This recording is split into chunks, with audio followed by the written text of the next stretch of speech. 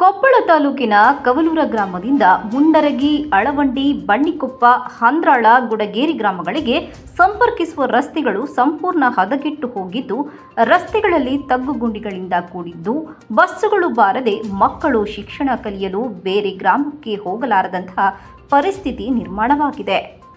ಅಲ್ಲದೆ ಗರ್ಭಿಣಿ ಮಹಿಳೆಯರು, ಮುದುಕರು ಕರೆದುಕೊಂಡು ಹೋಗುವುದಕ್ಕೂ ತೊಂದರೆಯಾಗಿದೆ.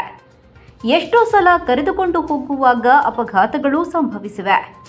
ಇಲ್ಲಿನ ಜನಪ್ರತಿನಿಧಿಗಳು, ಅಧಿಕಾರಿಗಳು ಕವಲೂರ ಗ್ರಾಮವನ್ನು ಚುನಾವಣೆಯಲ್ಲಿ ಮತದಾನಕ್ಕೆ ಬಳಸಿಕೊಂಡು ಅಭಿವೃದ್ಧಿಯಲ್ಲಿ ಸಂಪೂರ್ಣ ನಿರ್ಲಕ್ಷ್ಯ ಮಾಡಿದ್ದಾರೆ ಎಂದು ಕವಲೂರ ಗ್ರಾಮ ಪಂಚಾಯತ್ ಮಹಿಳಾ ಸಂಜೀವಿನಿ ಒಕ್ಕೂಟದ ಪದಾಧಿಕಾರಿಗಳು ಬೃಹತ್ ಪ್ರತಿಭಟನೆ ಮಾಡಿ, ಅಧಿಕಾರಿಗಳು ಬಂದು ಲಿಖಿತ ರೂಪದಲ್ಲಿ ಬರೆದುಕೊಡುವವರೆಗೂ ಪ್ರತಿಭಟನೆ ಹಿಂದಕ್ಕೆ ತೆಗೆದುಕೊಳ್ಳುವುದಿಲ್ಲ ಎಂದು ಪಟ್ಟು ಹಿಡಿದಾಗ ಅಧಿಕಾರಿಗಳು ಭರವಸೆ ನೀಡಿದ ನಂತರ ಪ್ರತಿಭಟನೆ ಹಿಂದಕ್ಕೆ ಪಡೆದರು.